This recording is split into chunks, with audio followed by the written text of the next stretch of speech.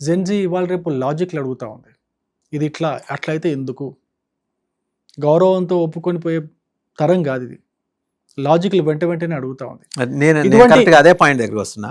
ఆ విషయం ప్రధానమంత్రి గారు అవగాహన చేసుకున్నంత వేగంగా మీ నాయకత్వం ఎందుకు అవగాహన చేసుకోలేదు? ప్రధానమంత్రి గారు వెంటనే, మీకు విషయం తెలుసు, with in short span of 1 week ఆయన పూర్తిగా అవగతం చేసుకున్నారు. అవగాహన జెన్జీ అంటే ఈ క్లెయిమ్ చేస్తున్న జెన్జీ, తాము జెన్జీ అని క్లెయిమ్ చేసుకుంటున్న వాళ్ళకి ముందర చరిత్ర తెలియదు, ముందర జరిగిన సంఘటనలు తెలియవు, ముందర జరిగిన ఉద్యమాలు తెలియవు.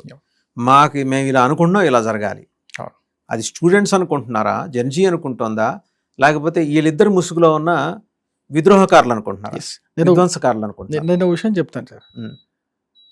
విధ్వంసకారులు వాళ్ళు వీళ్ళు సరే ఆ ధర్నాల్లో పాల్గొన్నారు. అయినప్పటికీ కూడా ప్రధానమంత్రి గారు ఆ యొక్క కాజ్ని గౌరవించి, వాళ్ళు దేనికి ఆందోళన చేస్తున్నారనే విషయాన్ని గౌరవించి, దాన్ని అవగాహన చేసుకొని, అవగతం చేసుకొని వెంటనే చట్టం తీసుకొచ్చి ఆ యువతకి కనెక్ట్ అవ్వాలని చెప్పేసి ఆయన ఇన్స్టాగ్రామ్లో సెల్ఫీ కెమెరాతో వీడియో పెట్టారు. కొన్ని కోట్ల మంది చూశారు. ఒకవేళ ఆయన కాకుండా వేరే అతను ఉండింటే, సరే ఎందుకు సార్ ఆయనే అనుకుందాం పోనీ, ఆయన కానీ ఒక పిలిపించిండింటే, అందరూ జంతర్ మంతర్ దగ్గరికి వచ్చేయండి అని ఒక్క పిలిపించిండుంటే ఏం జరిగేది దేశంలో? అదే జంతర్ మంతర్లో ఒక్కసారి ఆలోచించండి. ఈ కాక్రోచులు కాళ్ళ కింద నలిగిపోయేవాళ్ళు కాదు, అవునా కదా? ఒక్కసారి ఆలోచించండి. ఆయన అనుకుంటే ఆ పిలుపు ఇవ్వలేడా? కానీ వాళ్ళు కూడా మన వాళ్ళే.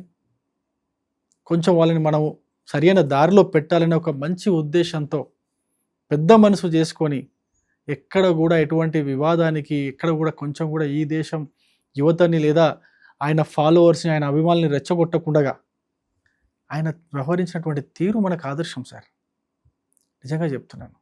కానీ అదే ప్లేస్లో వేరే దేశం వాడో, పాకిస్తాన్ వాడో, చైనా వాడో ఉండింటే ఆయన యాక్షన్స్ వేరేగా ఉండేవి కదా. ఈ యాజిటేషన్ని స్పాన్సర్ చేసింది ఎవరు, మీకేమనిపిస్తుంది సార్? యాజిటేషన్ని స్పాన్సర్ చేసిన వాళ్ళు ఖచ్చితంగా ఈ దేశంలో అలజడులు సృష్టించాలి, ఈ దేశంలో ప్రభుత్వాన్ని మార్చాలి అనే ఒక లక్ష్యంతో చేసిన వాళ్ళు, రెజ్యూమ్ చేంజ్ కోసమే ఖచ్చితంగా దానికోసం చేసిన వాళ్ళే ఉన్నారు. దాంట్లో ఎటువంటి డౌట్ లేదు. ఎందుకంటే నేను ఇంతకుముందే చెప్పాను, అమెరికా, చైనా, పాకిస్తాన్ లాంటి దేశాలనే మనం లైన్లో తీసుకొచ్చేసి మన మాట వినేటట్టు చేసుకున్నాం. సరే అది మోడీ గారు చేశారా, బ్యూరోక్రాట్స్ చేశారా, మన నిర్ణయాలు ఆ విధంగా తీసుకున్నామా మనం అనే తర్వాత విషయం. కానీ అమెరికా, చైనా, అదేవిధంగా పాకిస్తాన్ అండ్ ఈ కొన్ని కంట్రీస్ ఎవరైతే ఉన్నారో ఈ దేశంలో రెజిమ్ని మార్చాలని చెప్పేసి ఖచ్చితంగా కోరుకుంటున్నారు. వాళ్ళు డైరెక్ట్గా మన దేశంలో ఉన్నటువంటి ప్రధానమంత్రిని అటాక్ చేయలేక మన దేశంలో ఉన్నటువంటి అపోజిషన్ పార్టీస్ భుజాలపైన గన్ను పెట్టి కాలుస్తున్నారు. వాళ్ళ చేతిలో కాంగ్రెస్ పార్టీ వాళ్ళు తుపాకులై మన పైన గురిపెట్టి మనలే కాలుస్తున్నారు. ఈ విషయాన్ని మన దేశ యువత అందరూ కూడా గమనించాలంటే నేను ఇంకో విషయం చెప్తాను. నేను అంటున్నా, మీ నాయకత్వం ఏం చేస్తుందండి? Straight question to you. మీకు మీ నాయకత్వం ఏం చేస్తుంది అంటే, ప్రతిదానికి మోడీ ఉంటారు, ఓకే మోడీ మీద బాధ్యతలు వేస్తారు. మోడీ ఇంకా మహా అయితే ఇంకొక 5 ఏళ్ళు ఆయన వయసు రీత్యా, ఇంకా అంతకుమించి ఆయన వెళ్ళరు కూడా. నెక్స్ట్ టైం పార్టీలో ఉన్న ఆలోచన కూడా అదే. ఇంకో నాయకుడిని తయారు చేస్తారు ఆయన. ఇప్పుడు జనరల్గా బీజేపీకి ఉన్న ప్రొసీజర్ అది, నాయకుడిని తయారు చేస్తారు వాళ్ళు. అక్కడ ఫ్యామిలీ పాలిటిక్స్ ఉండవు, రైటే. ప్రతిదానికి మోడీ వచ్చి చూసుకుంటాడు అనే ఒక నిర్లిప్త ధోరణి and congressization happening been taken place. Sir నేను ఒక విషయం, బీజేపీ అనే మాట వినిపిస్తుంది. నేను కాంగ్రెస్ తరహా ధోరణి మీకు వచ్చేసింది, మీకు అలవాటు. ఇప్పుడు పై స్థాయిలో, ఢిల్లీ స్థాయిలో బీజేపీలో ఉన్న నాయకుల పేర్లు, కొన్ని పేర్లు చెప్తాను. మోడీ గారి తర్వాత షైన్ అంతగా పబ్లిక్ పల్స్ ఉన్నటువంటి నాయకులు, అంతగా పేరున్నటువంటి నాయకుల పేర్లు కొన్ని చెప్తాను. మీరు అపోజిషన్లో కొన్ని పేర్లను చెప్పగలుగుతారో లేదో ఒక్కసారి చూడండి. మా ఆదిత్యనాథ్ యోగి ఆదిత్యనాథ్ గారు తను యూపీని ఏ విధంగా ట్రాన్స్ఫార్మ్ చేశారో అందరూ చూస్తున్నారు. దాని తర్వాత మా దగ్గర నాయకుల కొరత లేదు సార్. ఒక అనురాగ్ ఠాగూర్, అదేవిధంగా మాకు ఇంతకుముందు బెంగళూరు ఎంపీ, ఇంతకుముందు ఆయన బీజేపీ నేషనల్ ప్రెసిడెంట్గా పనిచేసినటువంటి వ్యక్తి, పేరు మీకు తెలుసు, నేను చెప్తే బాగుండదు. ఇట్లా కొన్ని వందల మంది నాయకులు ఉన్నారు సార్, కొన్ని వందల మంది నాయకులు ఉన్నారు.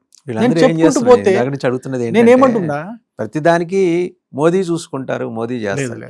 ఇప్పుడు మొన్న జరిగింది ఆందోళన, జనాల దగ్గరికి వెళ్ళి నిజం ఏంటి అని చెప్పే ప్రయత్నం మీరు ఎందుకు చేయలేకపోయారు? ఎలాంటి చర్యలు మేము తీసుకుంటున్నాం? వాళ్ళకి కౌంటర్ ఆందోళన చేయమని కాదు, వాళ్ళు చేస్తున్నారు. మీరు వివిధ రాష్ట్రాల్లో మీరు యాక్టివిటీస్ టేకప్ చేసి జరిగింది ఇది, మేము దిద్దుబాటు చర్యలు చేపట్టాం, ఈ రకంగా చేయబోతున్నాం అని చెప్పే ప్రయత్నం ఎందుకు? ఇప్పుడు మీరు గొప్ప గొప్ప నాయకులు మీకు తెలంగాణలో కూడా ఉన్నారు, కానీ ఎవరికి వాళ్ళుగా కుంపట్లు ఇసుకుంటున్నారు. అదే కదా మొన్న వచ్చి నితిన్ నబీన్ మొట్టికాయలు వేసి వెళ్ళిన తర్వాత కదా వీళ్ళందరూ కలిసి కూర్చొని ఒక వేదిక మీదకి వచ్చింది. లక్ష్మణ్ గారి ఇనిషియేటివ్ తోటి. మీరు తెలంగాణ బీజేపీలో నన్ను అంత పెద్ద నాయకుడిని ఏం కాదు, బట్ ఏదో నా స్థాయిలో నేను మోడీ గారు విద్యార్థుల కోసం ఏం చేశారు, ఇప్పుడు ఏం చేయబోతున్నారు, పేపర్లు లీక్ కాకుండా కూడా ఏమేమి చట్టాలు తీసుకొస్తున్నారు అనేది నేను నా పేజ్లో చూడండి, నా ఇన్స్టాగ్రామ్లో చూడండి, నా ఫేస్బుక్లో చూడండి, నేను కూడా కనెక్ట్ అవుతున్నాను. సరే, ఒక చిన్న విషయం చెప్తాను. 2014 కంటే ముందు, మోడీ గారు ప్రధానమంత్రి కాకంటే ముందు ఈ దేశంలో ఇదే మెడికల్ విద్యార్థుల కోసం చూడండి, ఈ దేశంలో మెడికల్ సీట్లు కేవలం 51,000 సీట్లు మాత్రమే ఉన్నాయి. 132,000 సీట్లు చేసినారు. కేవలం 300 మెడికల్ కాలేజీలు ఉండే, ఇప్పుడు 700 మెడికల్ కాలేజీలు అయినాయి. 32,000 పీజీ సీట్లు ఉండే, దాదాపు 70,000 పీజీ సీట్లు చేసిండు. ఎయిమ్స్ 23 ఎయిమ్స్ చేసిండు, అంతకుముందు కేవలం 7 ఎయిమ్స్ ఉండే. ఇట్లా చెప్పుకుంటూ పోతే విద్యా వ్యవస్థలో సమూలమైన మార్పులు తీసుకొచ్చి విద్యార్థుల కోసమే ఈ ప్రధానమంత్రి గారు చాలా సమయాన్ని, డబ్బును, శ్రమను కేటాయించారని చెప్పి ఖచ్చితంగా నేను చెప్పగలుగుతాను. మన తెలంగాణ కూడా ఒక గిరిజన యూనివర్సిటీ ఇచ్చారు సార్. ప్రతి గ్రామంలో ఉన్నటువంటి ప్రతి గవర్నమెంట్ స్కూల్కి పిఎం శ్రీ పథకం కింద, సమగ్ర శిక్ష అభియాన్లో పిఎం శ్రీ పథకం కింద ప్రతి గ్రామానికి కనీసం ఒక 50 లక్షల నుంచి ₹1 కోటి ప్రతి గ్రామానికి ఇప్పటికే చేరిపోయినాయి సార్. ఇంత పని చేశారు మోడీ గారు. దురదృష్టం జరిగింది, పేపర్ లీక్ జరిగింది. దానికి మనం ఎంతవరకు చర్యలు తీసుకోవాలో వెంటనే చర్యలు తీసుకున్నారు. కరెక్ట్ పాయింట్కి వచ్చారు. ఇప్పుడు రాజస్థాన్ కోటా సెంటర్గా జరుగుతుంది ఈ దందా అంతా. రాజస్థాన్లో మీదే కదా గవర్నమెంట్ ఉంది. నేనేమంటున్నా సార్, అది రాజస్థాన్ కావచ్చు, ఢిల్లీ కావచ్చు, కోటాలో మొత్తం వీళ్ళందరూ జల్లెడబట్టండి. నేనేమంటున్నా సార్, వాళ్ళందరినీ కూడా అరెస్ట్ చేసి లోపలేశారు. వాళ్ళందరూ కూడా జైల్లో ఉన్నారు. 82,000 కోట్ల రూపాయలు వాళ్ళందరూ జైల్లో ఉన్నారు. ఇప్పుడు వాళ్ళందరూ జైల్లో ఉన్నారు. ఇప్పుడు వచ్చిన చట్టం ప్రకారము ఒకవేళ ఈ చట్టం కానీ ఆ సెక్షన్స్ కానీ వాళ్ళపైన ఉంటే వాళ్ళ ఆస్తులన్నీ కోల్పోవాల్సి వస్తుంది. 10 ఏళ్ళు పైగా జైల్లో ఉండాల్సి వస్తుంది. వాళ్ళు 10 ఏళ్ళు జైల్లో ప్లస్ పిల్లలు ప్రాణాలు కోల్పోతున్నారండి. వాళ్ళ ఆస్తులు పోతే పోయినాయి. అదే అంటున్నా. గవర్నమెంట్ ఏం చేస్తుంది అక్కడ? నేను విషయం చెప్తాను సార్. ఇప్పుడు మాకు ఈ ప్రశ్నలు అడుగుతున్న వాళ్ళని నేను మళ్ళీ ఉల్టా ప్రశ్న అడుగుతాను. ఇప్పుడు మీరు ఎందుకంటే బీజేపీ తరఫున నేను అట్లా అంటలేదు, న్యూట్రల్ గా అడుగుతున్నారు. న్యూట్రల్ గా అడుగుతుంది. నేనేమంటున్నా, మీరు 1,000 చూపిస్తే మీ వైపు 4,000 చూపిస్తారు. సరే, పిల్లల తల్లిదండ్రులు కావచ్చు, వాళ్ళ యొక్క ఆశలు కావచ్చు, ఆశయాలు కావచ్చు తగ్గట్టుగా మా పిల్లలు కూడా పనిచేయాలని చెప్పేసి లేదా చదువుకోవాలని చెప్పేసి తల్లిదండ్రులు అనుకుంటే అందులో ఎటువంటి తప్పు లేదు. దాన్ని ఆసరాగా చేసుకొని దుర్మార్గులు ఏ దుర్మార్గ పనులు చేస్తున్నారో వాటిని అరికట్టడానికి శాయశక్తుల ప్రభుత్వం ప్రయత్నం చేస్తుంది. దాంట్లో ఎటువంటి డౌట్ లేదు. కానీ మేము చేసినంత పని వేరే పార్టీలకు సంబంధించిన వాళ్ళు ఎవరైనా చేస్తున్నారు. ఒక చిన్న ఉదాహరణ చెప్తాను.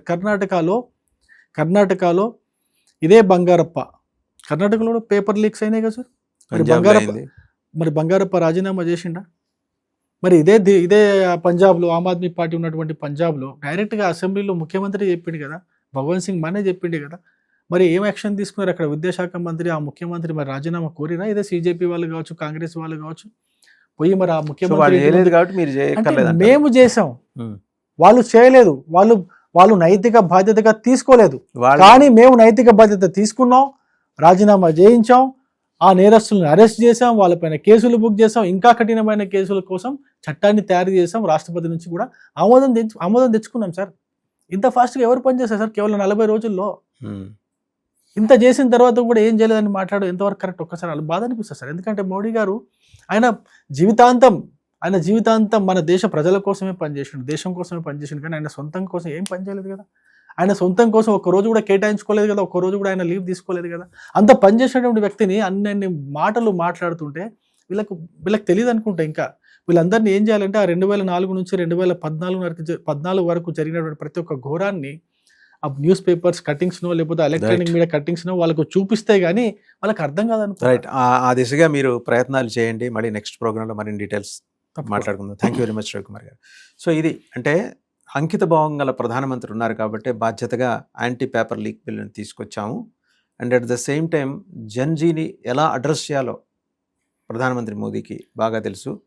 అండ్ అదే సందర్భంలో ప్రధానమంత్రి మాట్లాడిన మాటను కూడా ఆయన చేసిన ప్రస్తావన కూడా ఉటంకించారు. ఏంటంటే, మన నాలిక పంటి కింద ఇరుక్కుందని నాలికను కోసేసుకుంటామా, పంటిని తీసేస్తామా? రెండూ మనవే కదా! అలాగే పిల్లలు కూడా వాళ్ళని క్షమించేద్దాం. మంచిదే. మీ క్షమాగుణం అది ఒక నిష్క్రియాపరత్వానికి దారి తీయకూడదు. దాని నుంచి ఒక నిర్మాణాత్మక ఆలోచన ధోరణి బయటికి రావాలి. జంజీ లేవనెత్తుతున్న ప్రశ్నలకి ప్రాపర్‌గా సమాధానాలు కేంద్ర ప్రభుత్వం చెప్పాలి. ప్రాపర్‌గా అడ్రెస్ చేయాలి. రాబోయే రోజుల్లో హింసాకాండ ఉండకూడదని మనం కూడా కోరుకుందాం. Thank you very much sir.